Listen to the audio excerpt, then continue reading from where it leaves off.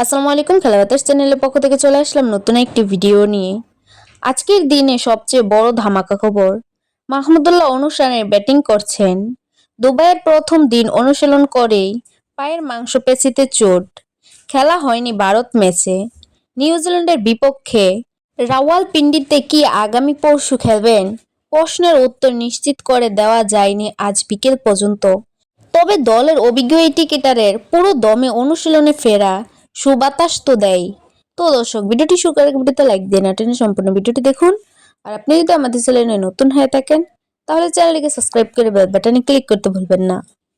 রাওয়ালপিন্ডিতে স্টেডিয়ামে আগামী পরশু ম্যাচের আগে বাংলাদেশ নিউজিল্যান্ডের দুই দলের অবস্থান দুই রকম। দুবাইয়ের ভারতের কাছে 6 উইকেট হারার প্রথম ম্যাচে বাংলাদেশের ব্যাটিং নিয়ে দুশ্চিন্তা বাড়িয়েছে। টুর্নামেন্টে টিকে থাকতে হলে পরের ম্যাচ মাহমুদুল্লাহকে পাওয়াটা গুরুত্বপূর্ণ। সমান্তরালে এই প্রশ্নটাও আসে, তিনি ফিরলে দলের বাইরে যাবেন কে? অন্যদিকে করাচির ন্যাশনাল স্টেডিয়ামে নিজেদের প্রথম ম্যাচে স্বাগতিক পাকিস্তানকে 60 রানে হারিয়ে আত্মবিশ্বাস বাড়ানো শুরু পেয়েছে নিউজিল্যান্ড।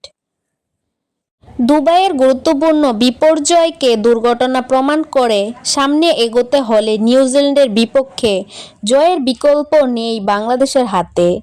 কারণ ম্যাচটা হারলে টুর্নামেন্ট থেকে নাজমুল হাসানদের বিদায় অনেকটাই নিশ্চিত হয়ে যাবে। মাহমুদুল্লাহর দলে ফেরার সঙ্গে অধিনায়ক নাজমুল ও মুশফিকের মতো অভিজ্ঞদের রানে ফেরার দাবিটা সে কারণেই জোরালো হচ্ছে বেশি। রাজ্জাক অবশ্য আশাবাদী দুজনকে নিয়েই। চোট কাটিয়ে মাহমুদুল্লাহ দলে ফিরলে তিনি খেলবেন কার জায়গায়, সেটা তাই বড় প্রশ্ন।